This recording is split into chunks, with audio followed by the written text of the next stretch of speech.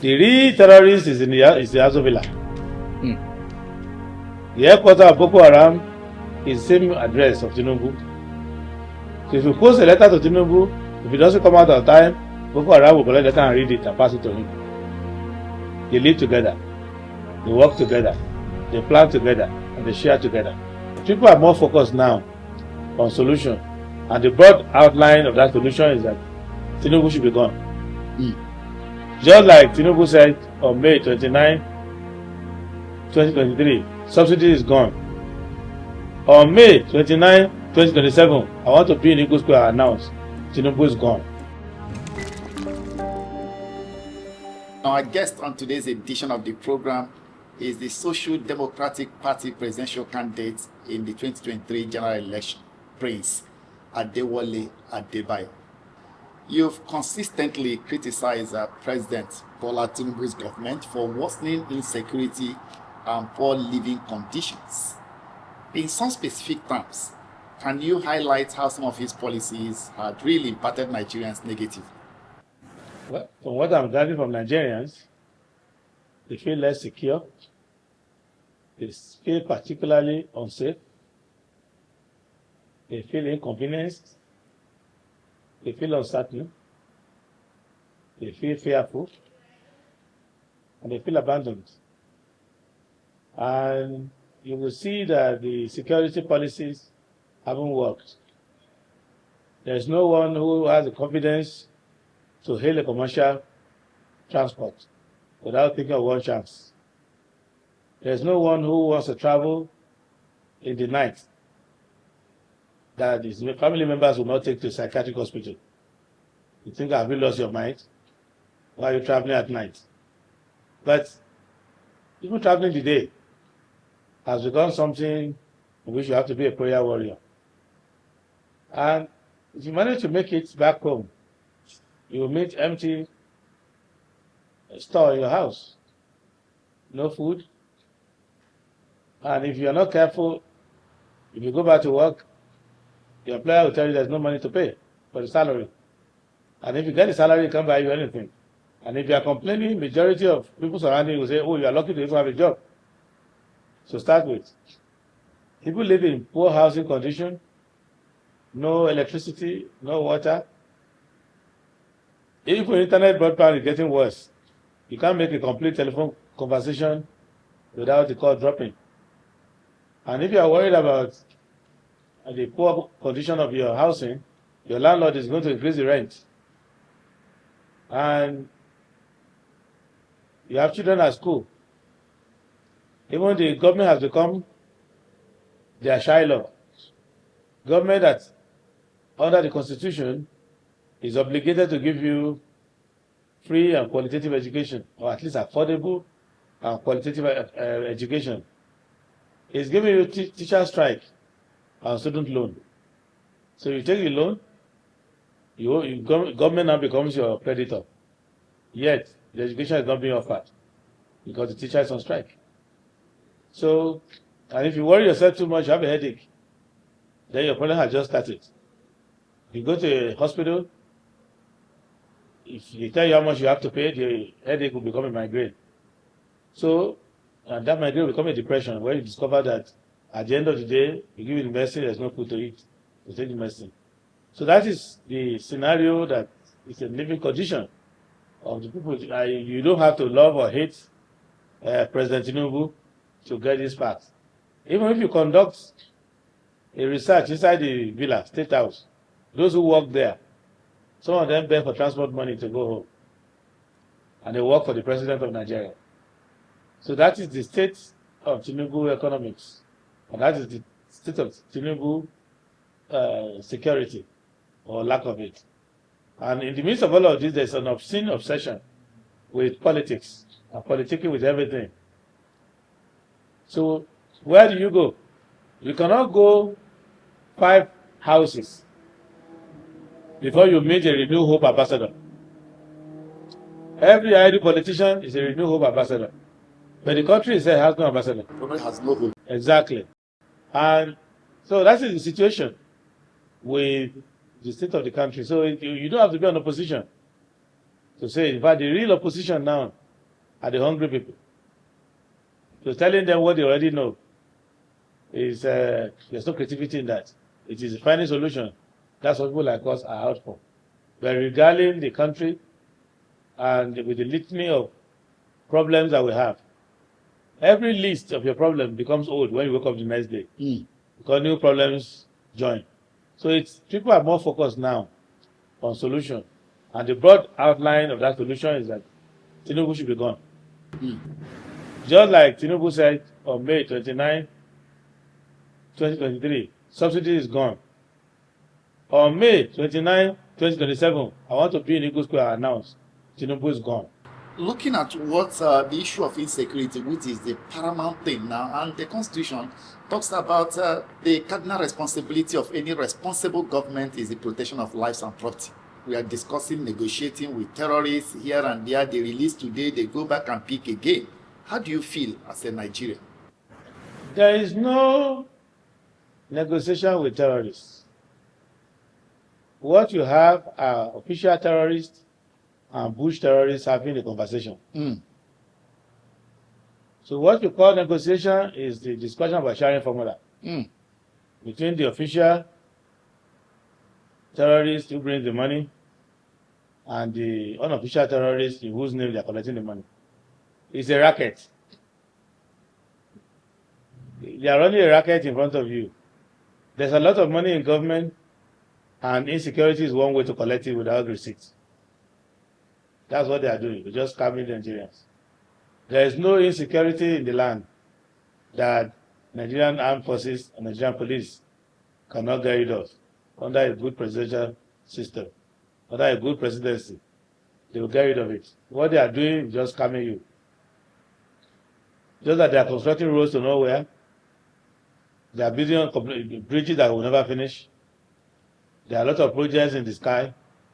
They found out that all other projects, you ask them, where's the road? Where's the bridge? Where's the school? But if they inundate you with insecurity, you cannot, and they say they have rescued 500 children, and 500 billion is gone. You cannot ask for receipts. If they are in the bushes, exchanging food and drinks with terrorists, and I tell you that they have spent 4 trillion to keep you secure, you can't ask questions. That's why the president will tell you, every president will tell you, I will finish them. But when he comes in, they finish him with money. And he feels, okay, this is an easy way to raise money for campaign. That is why Nigeria has, in the world of hotel business, Nigeria has the highest number of military generals owning hotels, estates, and everything, on a salary of how much? All right, let's look at, let me play the devil's advocate. If you have made the president today... There are enough devils in the country already, but you go ahead. All right. Let's see, if you have made the president today, how will you address some of these challenges that you have pointed out that have consequence of almost failed Nigerians? How will you address it in 30 days? The first thing to do is that you have to get a priority right. You have a pact with whoever you are going to make Chief of Army, Chief of the Navy, Chief of Air Force, Head of the IG of Police, DG of DSS, DMI, NIA, Civil Defense. You talk to everybody. I want the terrorists gone in 30 days. If they don't go in 30 days, you give me your letter of resignation. Simple. I'm not recruiting one more person to join you. I'm not doing anything. I am telling you in 30 days, or if you think you can't do it, don't take the job now. So that's the understanding between you and me when I'm giving you the job. And you will say, I can't do the job. Give it to the next person. I retire you and give it to the next person. Until I find somebody who says, yes, we die here. Either, sir, I will be dead, or the terrorists will be dead. That is the person who can head my armed forces. Anybody who wants to go and run for governor later, saving money for it, go and find out what is the trajectory of all the service chiefs we have been having since 2008, when they foisted this scam for Boko Haram on us. Go and find out. Their trajectory is towards politics and big business. So I need to put a stop to that. Second, I need to govern the country according to the law. There is no terrorist who should be bigger than the divisional police officer in that division. Anything that would make me have a DPO in a police division that has a smaller gun than a terrorist, then I don't have a police. The biggest gun in the land ought to belong to the army. The next biggest gun should belong to the police.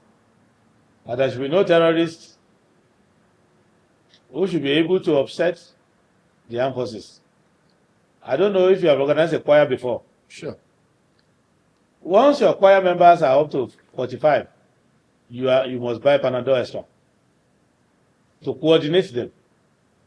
Imagine an untrained person who happens to be a fanatic or a lunatic, and he says he's setting up a band of terrorists, and they are occupying territories the size of a state.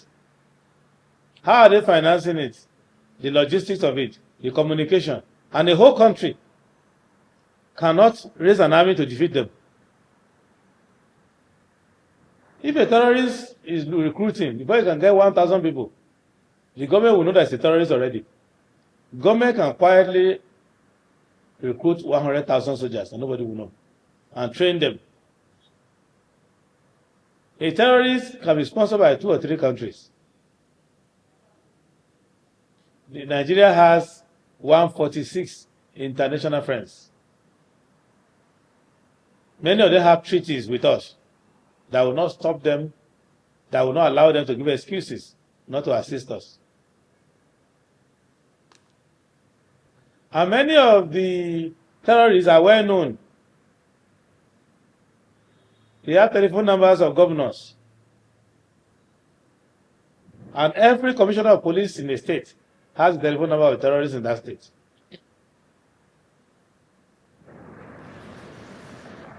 So, I will end this scam. Oh, clear. There's nothing complicated there. The real terrorist is the Azo Villa. The headquarters of Boko Haram is the same address of Tinubu. So if you post a letter to Tinubu, if it doesn't come out on time, Boko Haram will collect the letter and read it and pass it to him. They live together. They work together. They plan together. And they share together. How do you mean that the headquarters, the address is at the villa? Because the villa, the state house, is where all this criminality is being planned. If you deceive yourself and think that Nigerian army cannot defeat the terrorists, then you don't know Nigerian army. Try and whistle at the wife of a general, and you see how the entire barrack will descend on you. Try and a home minister of FCT could not collect 1 plot of land. You saw how that Navy captain stood his ground there, telling Wike, yes, you are not coming here. Imagine if every captain stood their ground and said terrorists not entering Nigeria like that. If the armed forces strong enough to stop a minister who is representing the president from misbehaving on the land that he has interest, say, I have my orders. So are you telling me, if the president of Nigeria gives an order that the whole of Lagos State should be evacuated, the army in Lagos will evacuate everybody? If they give an order that the whole of Kano State should be evacuated, the army has enough capacity to evacuate the whole state. The president made a proclamation, and the entire government house was forcibly evacuated in 1 day. So you are telling me that the president wants to end this thing, he will not end it. But their political money is tied to it. And if you think maybe because I don't like them, which I don't pretend about that. Go and read the EFCC reports on what Jonathan did with the money he borrowed in the name of fighting Boko Haram. You are a journalist. You saw the trials. You saw the investigation. who was collecting the money. The money was shared to politicians, girlfriends, contractors, hospitals. Let's say we're even a nation of cripples. That sometimes in the past, there was no proper polio vaccination. A majority of Nigerians are crippled, we have no leg. We have enough resources to hire mercenaries to kill Boko Haram and terrorists and bandits. 5% of the money we make from gas, liquefied LNG, is enough to hire mercenaries. There are countries that are small, like Qatar, Kuwait, and all of that. And they have vast lands. It's impossible for them to raise an army, because their entire population is like a campus, a university campus in Nigeria. But they hire experts, and their country is still safe. How can Kuwait, Qatar, Bahrain, all those tiny population countries have feelings you can drive anywhere you like? I travel to those countries, I drive day and night in vast open land where nothing to stop you. If you want to invade, nobody is invading them. Your TV station, I've seen you with a number of drones because you like to cover a wedding, a football match, or anything. But our Nigerian police will be using word of mouth to look for bandits and terrorists. They can't even hire a drone. And they have billions. The person Tinubu put as his Minister of Defense, of all the people in Nigeria today that know something about defense, says that bomb cannot enter bushes. That when the bush is too thick, a bomb cannot enter. That's how we can catch terrorists. That is the Minister of Defense. Even in a comedy skit, a Minister of Defense will say, no, this is too stupid. I can't say it. But he said it. So governors who were known and were accused of being Boko Haram collaborators, they are the ones who put in charge of defense. So if you are a terrorist and your best buddy is in charge of the army of the other side, won't you go and buy a bottle of champagne and first chill and say, okay, the business has continued? So they're not serious.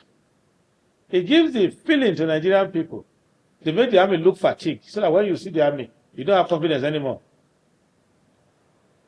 I remember during the time of 2023 election, was late 2022, I was campaigning to Zamfara State. I will go to the border and the army said, sir, you cannot pass. It's night, there's a curfew, nobody can pass here. Yeah. We have somewhere to go. What do you mean by that? They say, Boko Haram's on the way. We said, we still have to go. I want to be Commander-in-Chief of Armed Forces. How can I not be able to walk around my country again? So if escort us, they said no. So one of my campaign managers, Lawa, said, look, let's go and get a vigilante. And we got vigilante. And they enter our convoy. And we go and we were going and they were saying, look at Boko Haram people there. And the vigilante came down, chased them, and they were running and we passed. And I came back and I gave an interview on TVC that, hey, this thing is a scam. I went somewhere 2 days ago and the army told me nobody can pass. And I took vigilante and we chased them away and we passed. That's far back as 2022. It's 3 years plus now. So what I'm letting you know is that be cool in Guinea-Bissau that they did now. If they tell the 3D, the 3rd Division of Nigerian Army, go and flush them out, they will go and flush those people out. Nigerian Army, Nigerian forces can flush out Boko Haram, and Nigerian police can secure this country if there's a political leadership that says, do it. But there's nobody who is a commissioner of police, AIG or DIG, who too doesn't want to be a billionaire, and a governor, and a minister, and a senator, if that is the business of the day. There's nobody who's a general who sees his cosmate building hotels, estates. Go and take Nigerian military intelligence, just watch the spouses of your military officers. See them go to Madeira, go to Dubai, go to Cancun, go to the best places, shopping and buying things which the lifetime salary of their husband cannot afford. when serving military officers are sponsoring people for governor, concerning for that. So I don't blame them. I blame the person who claims to be commander-in-chief, who is not doing the job. So that is what is happening. And if Nigerians don't understand that the spelling of Boko Haram is the same spelling as government,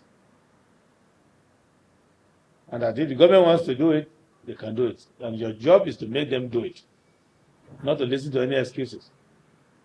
Make them do it. All right, let's move on. There are so much hardship in the land. Fuel prices, since the removal of subsidy, the price of fuel has been jumping up and down. And of course, the naira, the purchasing power of the naira is virtually nothing to talk about. Food inflation is hitting the rooftop, and so many others. And you've been very vocal in addressing some of these issues, condemning them. If you are to ask, what is your economic rescue plan? It's basic. First, stop the stealing of government money.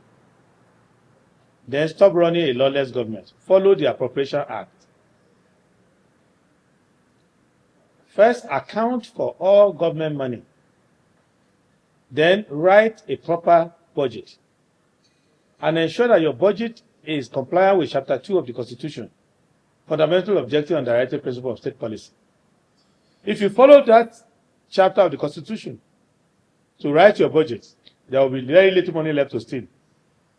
Because you would divert your money and devote the money to security, to housing, to nutrition, food and nutrition, to health and social services, to education, and to infrastructure. And when you do all these investments, every naira you spend, for every 1 million naira you spend, you will hire 100 people. So if you have a budget of 100 billion, you hire 100,000 people. If you had 101 trillion, you hire 1 million people. That is how it works. There's no magic in public finance. No magic. Then you will make sure that the government does not spend money it doesn't have. So you don't resort to borrowing. And you have to ensure that you have value for money. So not that this is your beautiful tie. When I came in, I saw it. I said, oh, Victor has a way of getting these beautiful ties. But if you were to buy this tie for a minister, they will tell you that this tie is 2 million naira. Because the committee to decide the color of the tie alone, they will go to Hilton Hotel to go and hold meetings. So that's why procurement cost is high. Then they cannot do a project management. The entirety of Ministry of Works are just agents of contractors. They cannot on their own patch a pothole. I've been monitoring a pothole, about 3 or 4 potholes, on your way to the headquarters of Nigeria Ministry of Works house. If you finish this interview, you can enter my car with me. I'll show you the potholes. I've been monitoring them. They don't have enough engineers inside their headquarters to come outside and just fill the pothole that is just close to their headquarters, on the way that the minister has to climb over it on his way to work. So they don't have project management. There's no executive capacity in the government. So I will restore executive capacity in the government. There's no reporting. There's no feedback, because those who are in supervisory and leadership position in government are not interested in their subordinates. They are not asking them questions. They are not receiving report from them because they are insular. So if the president discovers that he left 2 pairs of shoes in Lagos and one of his uncles is not feeling fine and he wants to go there, all the service chiefs, Minister of FCT, NSA, even his own chief of staff, who's supposed to help him coordinate, they will all go to the airport with their own supporters, waiting for the man who wants to go to Lagos to see his uncle and retrieve his 2 pairs of shoes he left there. And on his way back, they will also line up and be introducing themselves. I'm the same guy who works in your office, who saw you up yesterday. I'm back to see you. He starts shaking hands, doing the drama. None of that. People are waiting for them. Theater, totally unserious set of people. that the IG of police cannot sit down in Abuja and from his command and control center monitor everything happening state by state. He has to be told by a politician, president, go to Kebbi. Did you see the picture of Egotokun in Kebbi with those red coats, standing there giving salute, playing music? Bandits are in the forest, but the IG of police is coming as if it's police Memorial Day, standing there. They're waiting for him in the sun.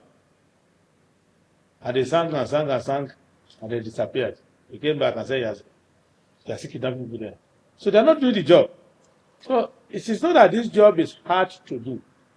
It is that the essence of government, what government stands for, they don't know it. So when we come in, you will see it, that this is the government. Because how will you know? Government renders services. From the cradle, once your child is born, the government will say, once you report yourself and say, I'm a woman and I'm pregnant, government has a program for you. They have a program for immunization, prenatal one for you. Then they have this prenatal and antenatal for you. When the baby is born, the baby is recorded by government. And the baby has rubella and all those other vaccines to take, anti-polio and all of that. And then the government knows the time that the child is supposed to go to school. And the kind of food the child must eat in school is there. So when I was in primary school, and I went to a government primary school, they had a chart, they measure our height. And they had a chart of food we must eat. And when you come from home, they check your food you brought from home. Then the school will add milk and other things and give it to you there.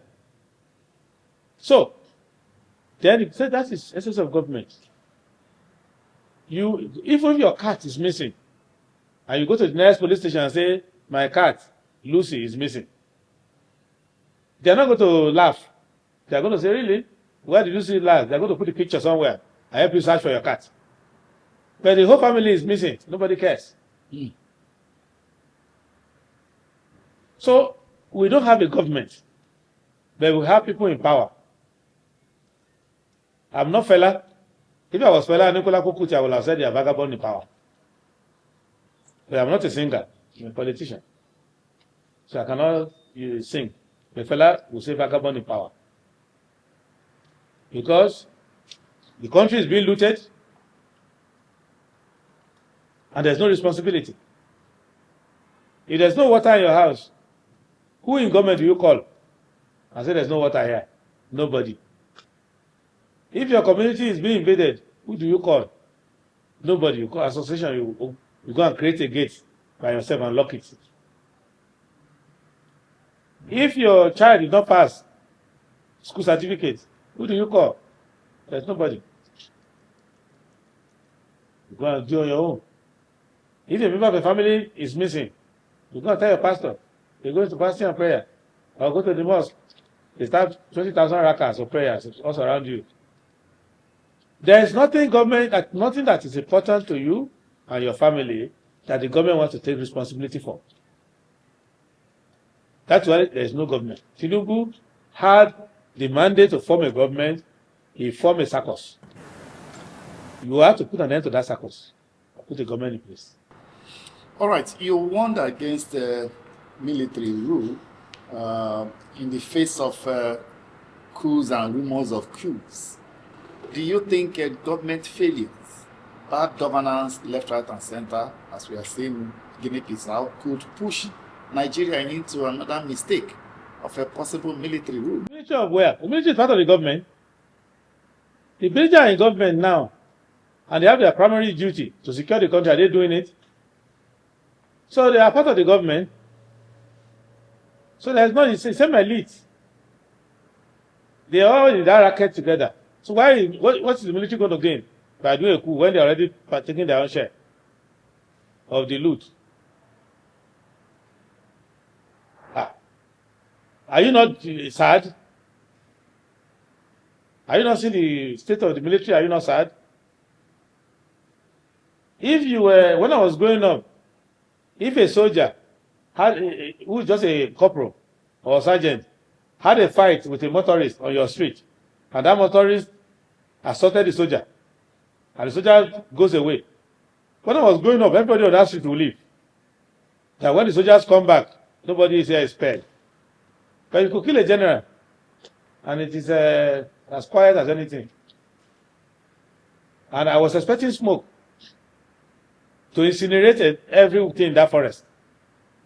All right, you're a lawyer and, of course, a philanthropist with resources. And some people say that you are part of the elite that are being disconnected from the people. How do you respond to this? It is not my fault that I'm elite. I was elite by nature. But all the time since I was 14 and I became conscious of status, I've always tried to help the common people. I started floating my own scholarship scheme when I was 14 years old. So to be elite is not, it's a responsibility. I come from a ruling house that has been in power for over 1,000 years. So I cannot decouple myself from that. And I belong to an elite profession that controls whether you die or live, whether you collect property or not, whether you are right or wrong. I belong there. But have I abused power one time? Have I abused privilege one time? Have I shagged from duty one time? Have you found me collecting what does not belong to me? Have you seen me anywhere not performing the function? Am I not a good citizen? In my state, where I live, for close to 1 decade, I always automatically collect the taxpayer of the year. Nobody challenges that anymore. Every year, the Nigerian Institute of Taxation nationwide invited me and said, you are the most exemplary citizen when it comes to paying taxes. And I give her the lecture on how at the annual conference of taxation. So I invest in Nigeria. I practice all over the world, but I invest in Nigeria. The Nigerian Institute of Architects gave me an award. I only came second to the Central Bank of Nigeria as the highest and best patron of Nigerian architects in construction. So you cannot say that you found me drinking a bottle of water and throwing the empty bottle on the street, dirtying the street. I planted more trees than the Federal Ministry of Environment. I challenged the Ministry of Environment and the minister in charge, whether the whole ministry with all the budget, with all the money they collected, Ogoni, green belt, whether they have planted as many trees as I have planted. So what else do I want to do? Then I put my head in this politics, which people regarded as dirty. People were advising me, don't go there. Since I entered politics, have you seen me buy a vote? Have you seen me using a thug? Have you seen me violating anything? So, you cannot just use the same brush to paint the angel and the devil, just because they are both celestial beings. You have to have your own value. So, what do Nigerians want? When they were talking about Muslim tickets, Christian tickets, Igbo Jews, Yoruba, I warned you that these people are friends and they are coming to scam you. Ask them cogent questions about their understanding of the purpose of government. Because Thomas Hobbes said we will live a life that is nasty, brutish, and short if we don't form a government for ourselves. Is our life not brutish, nasty, and short in this country now? So that is the reason why I'm in politics. I joined the SDP in 1991, Bishop Street, Lukoju, Lagos.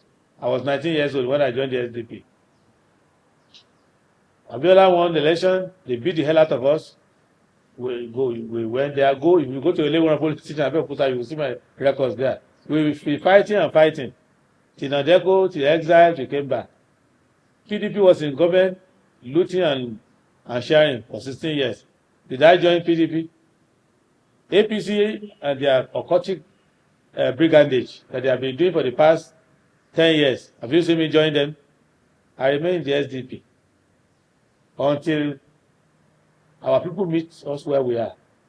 I don't want to do a politics that meet the people where they are, pander to them, say what they like, so that we can capture power and leave them where they are. We are inspiring our people to meet us where we are going. You've just mentioned 2027 now by implication, and is by the corner. Is SDP going to align with other opposition parties to form alliances to go for the election, or are you going to go solo? We are going to align with Nigerian people, because democracy is not for political parties, for the people. It is people that form political parties. So we are trying to reach a consensus with Nigerians on what do you want. Because history has shown that many people don't know what they want. If a woman is carrying a baby, 2 babies are on the ground malnourished, the husband is out of a job, the adult child is unemployed, the sister is in the hospital, the mother is a pensioner, has not received her pension. If you ask her, what do you want in government, she will still tell you, it is the turn of my tribe to produce president. Abandon all the problems she has. He's talking about the turn of my tribe. You will see a man who is highly educated, who retired from service, pension on regular, has 2 daughters who are in university, doesn't know how they go there. They are carrying expensive handbag more than his own salary, using telephone that he himself cannot buy. His house is leaking. The landlord has given him quick notice. When you ask him, what do you want for a governor or president? He wants somebody who is of his own religion. So we need to take our people from that level of unarticulated subconsciousness into articulated consciousness, so that they know how to select their leaders. Because for every jab you throw at Tinubu, I have the confidence to throw it because I'm throwing the jab at the people who voted for him. Even if you account for rigging, account for Yakubu Mahmoud, account for Abracadabra, there are still enough people who back Tinubu. And if we do election today, there are still some people, in spite of what is glaring, some people, if only they put their foot in the pit of hell and is burning there, they will still vote for the devil. So it is the voter that we are focused on. Because I am not ready to be president until the people are ready to have a president of my type. And it is my job to get them to that level of consciousness. Because I'm not going to start talking ethnicity, religion, and all the other bala blues and bulabas. I have to talk of concrete issues. And if the concrete issues haven't entered the mind of my people, we are not ready yet. It's my job to get them ready, and that's the job of the SDP. And that's why people should respect SDP. We are not doing what my grandma used to call, my grandma used to vet whenever we did homework or exercise. My grandma will check. So she will check the answer, then she will check the working.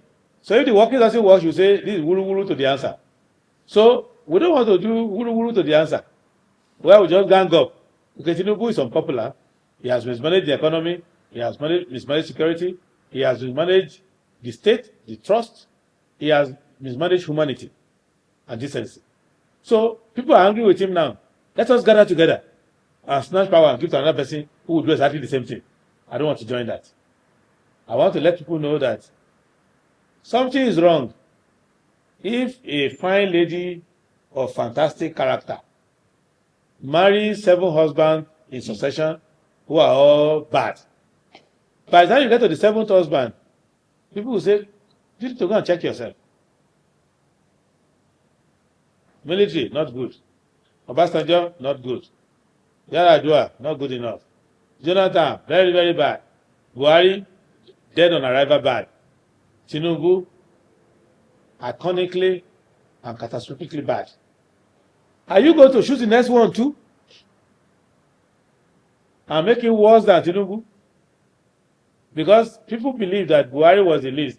After we have reached Buhari, we reach the end of non-performance. Then Tinubu came and said, you haven't seen anything yet. So are you going to now do a politics that's going to give you another president that will make Tinubu to be laughing? Tinubu will be on his yacht on the sea in France and start reading about hunger in Nigeria, start laughing. You see, when I was there, they said I wasn't good. See them now. So that is the consciousness we want to get now. That's what SDP is about. All these we are joining together, no problem. We are saying, where are the voters? What do they want? How do you have a country that has been looted dry like this and has 89 million voters and only 18 million will show up to vote? Half of whom are ready to sell the vote right there for any amount. All right, let's look at still on 2027. P2P in 2023 galvanized the youth through the vehicle of the obedient movement. Why did the SDP not tap into that? And did you, at any point in time, probably try discussion with him on collaboration in 2023? Collaboration to do what? We don't agree on the same thing. I'm as unhappy with Tinubu as I'm unhappy with Obi, as I'm unhappy with Atiku. They look the same to me because they frighten me by saying they're going to remove subsidy on day one. It's like having your family member in the hospital on life support machine, and 3 doctors are contesting to be the head of that hospital, and each one says, I'm going to remove oxygen from the patient on day one. You say one has youth with him. How does that concern me? It is what you do with the power when you get there. And I try to talk to party, talk to all the people surrounding. I say, do you really mean you want to do this Igbo thing? And they kept nodding that they are going to do it. So how am I going to join you? It's like 3 people discussing on Christmas Day. One says, let's fry the chicken. The other says, no, let's roast the chicken. The other one says, let's boil the chicken. Which one will chicken vote for? How does he have the chicken? None of them have the chicken. You fry the chicken is dead. You boil it, it's even more dead. You barbecue it, it's spectacularly dead. So the chicken has no business with any of them. The only one who said, let's spare the chicken, that's the one chicken should vote for. And that's me. So that is not about sentiment. You can gather all the youth in the world and lead them to perdition.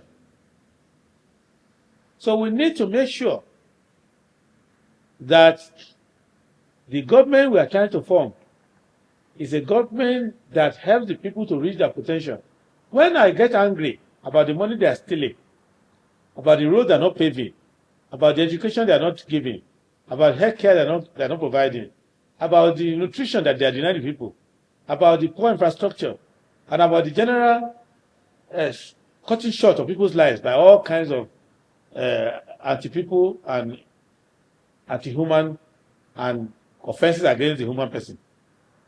What I'm angry about is the talent they are killing in the country. The talent that they are killing in the country. I have a relative who lives in Lagos, still schooling in Lagos, produce drones that the US Army is using in Ukraine, and has not reached the age of 22. And if the Nigerian government didn't know about him before, they knew about him recently when he had a problem with the Egyptian government. And that's because he's my nephew, that's how I got to know. Do you know thousands of other young people who will have been the brain box of our armed forces today? So they are letting our people miss opportunities. So it is not that I'm jealous that they are blowing siren. It is that they are blocking the flow of intellect in Nigeria. And politics is the way to do it. I cannot carry a machete and go to the villa and say, Tinubu, get out of there. It's unlawful.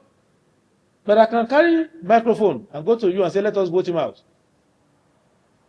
And it is your best interest as you are voting him out, because there is nothing in our ballot for voting people out. The only way to vote people out is to vote somebody else in. And you have to make sure that the person you are voting in is better, more dedicated, more knowledgeable, and is willing to do the work. Tinubu is there as the official traditional ruler of Abuja, waiting, sitting regularly for people to come and bow down before him, for governors to come and defect to his side. You are a governor, you are coming, he doesn't ask. How are you securing your state? How come people are kidnapping people in your state? How can I assist you? Work with law enforcement, because in 3 months' time, if this killing doesn't end in your state, I will have to step in and use federal powers there. And I will do whatever it takes, including suspending you and getting the job done. He doesn't do that. He only tells them, come on, join APC. And they take photo and they dance. That's what he does. Or if you don't listen to him, they can declare emergency for politics. But for security, no. So that is why we have problems. There are no problems. Who the heck are these bandits? Are you not seeing them on TV carrying all those light weapons and some dead anti-aircraft useless things that they are carrying in their hand? If you carry that in front of proper soldiers, they will laugh at you. They're only using them to frighten the public. The government arranges them to show up like that so that you can say, hey, they're real low. So the terrorists are real, truly. There is no major in the Nigerian army that you show all those bandits that he will not laugh and sit down and say, what kind of rubbish is this one now? So should I finish this people off now or tomorrow morning? There is nobody. But they know that we are working with a government who is running insecurity as a program, as a manifesto. So we'll continue. Let's look at your party. Yes. There has been an uneasy calm in your party, disquiet, if you like. Who is the, why use authentic or what, national chairman of SDP? Is it Shehu Gaban? Shehu Gaban was our former chairman. He has since been removed. That was not an issue anymore. He's been removed. There's no issue in that one. There's no disquiet in the party. There's no. We was a witness of our June 8th, 2022 convention at International Conference Center. That's why we elected Gaban and elected the rest of the executives. There has been no other convention since that time. So Gaban was the elected chairman. But sometimes in the June this year, the executive that he's presiding over said that some things were amiss, money missing, other issues, and they set up an inquiry. At the end of the inquiry, they said that Gaban should go, National Auditor should go, and the youth leader should go. They are the people implicated. And the National Auditor voluntarily resigned and apologized and resigned and left. And then later the party took a decision and removed Gaban.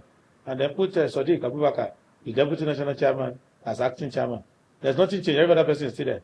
But he's saying he's still the national chairman of the party. If I say I'm the Obi Bonita, what can you do? I have freedom of expression. He said he has the backing of INEC. He has the documents from INEC, official document from INEC. I am not to argue with him. I don't have a problem with him saying anything. If he says the Emir of Kanu, what's my business? Did you hear in Kanu the other time? This one say I'm the Emir, the other one say I'm the Emir. Did he change Kanu? I cannot stop him. If he says he's the national chairman for life, no problem. You get my point, the party continues. But the party has taken his decision. And when it suits him, he's going to either continue to say so or not say so, but he hasn't said that to me. So, and I'm not going to criticize him if he says so. Maybe he lies in position. But his name is still with the official INEC correspondence. Where is it? Have you gone to INEC? The national chairman of SDP. I have not seen such. All I know is that if you write a letter to INEC today and say who was elected as president of Nigeria in 1999, who would they tell you? They will say Olusegun Obasanjo. Is he still in office? No. So it's going on when you write your letter. If you write to INEC and say, who showed me the elected executive of the party as at June 2022, they will tell you. They will give you a list of the people. Some of them may be dead. Thankfully, in our case, nobody is dead. Some may have resigned. Doesn't concern INEC. INEC will give you the list. But if you say, who is the chairman today? That's the question you should write to INEC. But I've seen some things in the media. I know journalists, they used to read before. Now, maybe because of social media, what's the point reading again? You just retweet whatever they see. But in the past, journalists will read and say, wait a minute, let me read this letter. What does he say? Because journalism used to be a profession where you read, like law. So that I saw one media, not you, because you are much better than most, but the media house was showing me a letter. I said, read the letter now. The inquiry made was, tell us the executive of the party as elected. And I gave you the list as elected, including the name of everybody who is contending is there. So why is that relevant to anything? And High Court has spoken on it, Court of Appeal has spoken on it, Supreme Court has spoken on it. So that's not an issue at all. And you know that also that a political party is not for the glorification of the executives. It is for the mobilization of its members. And it's not for the members alone. It's for the members to use that political party to go and convince Nigerians on the new direction. So that's why my party politics is not focused on fighting for secretariat like PDP, where governors will be throwing stone and their Bavarica will be hooking the fence of the building or pouring tear gas. That's why you see in SDP, we don't have you ever seen us fighting over entering office premises, fighting over anything? No. All right, let's wrap up this way. The Southeast continues to feel that they are marginalized, and the latest judgment against Nnamdi Kanu life sentence for many of them reinforces that. What's your take on the judgment on Nnamdi Kanu? Judgment on Nnamdi Kanu is a legal judgment. And the only problem is that you are looking at a legal judgment from a political eye. How do you mean? If on your wedding day, your brother-in-law takes 2 bottles of Coke from your bedroom to go and give to his friends, as far as he's concerned, he's celebrating your wedding. But if you take it to police, he's a thief who has stolen 2 bottles of Coke. And if you take him to court, the court will say, who is the owner of the bottle of Coke? They say, Victor. Who stole it? His in-law. In-law is sentenced to 2 years imprisonment for stealing a bottle of Coke. The judge has still not ruined your marriage, but he's doing his job. Because it's not the business of the judge to know that you have an in-law and that you are doing banco and that it's not supposed to ruin your family. And that if you jails this person now, your wife will pack out of the house. It doesn't concern the judge. He's just applying the law. The problem is not with the judge. The problem is with the government that took Kanu there. Because a political problem is not solved in the courts. The encounter between Wike and that soldier, that Navy captain, if you take both of them to court, they will both go to jail. How? Because the soldier there is trespassing. That's not a Navy property. That's not a Navy dockyard. He has no business there. And the minister who is talking and insulting and being rude there is causing disturbance of the peace. Because that's not the job of a minister to call somebody provocative names. All of them there. But does it happen? If you look at PDP headquarters, have you not seen the video of people lining up to collect their sacrament of flogging? So all of them who went there have committed affray, breach of the peace, vandalism, housebreaking, assault, everything. So if you charge all of them to court, would the court not jail them? Well, would that resolve the problem in PDP? So Nnamdi Kanu's problem is a political problem. And they took it to court. The court leave the judge out of it. So it doesn't change anything. It changes nothing. You still have to find a political solution. And when I come in, that solution will be found on the day I'm sworn in. The day I'm sworn in, I found that solution that same day. Because Nnamdi Kanu's problem is like a house owner who slaughters the cock for crowing. But the cock crows when he sees the sun. So even if you slaughter this cock, the next day when the sun rises, another cock will do kukuruku again. So how many cocks will you slaughter before you address the issue? There was Uwasurike before. Before Uwasurike, there was Ojuku. Before Ojuku, there was Isaac Atakaboro. In between, I have the Igboho and different people, Gani Adams, all sorts of. Don't you understand? It's like a person who is sick and is angry with a thermometer for showing him that he has high temperature. He breaks the thermometer and buys another one. Until you cure your malaria, your temperature will keep rising. And thermometer will keep telling you your temperature is rising.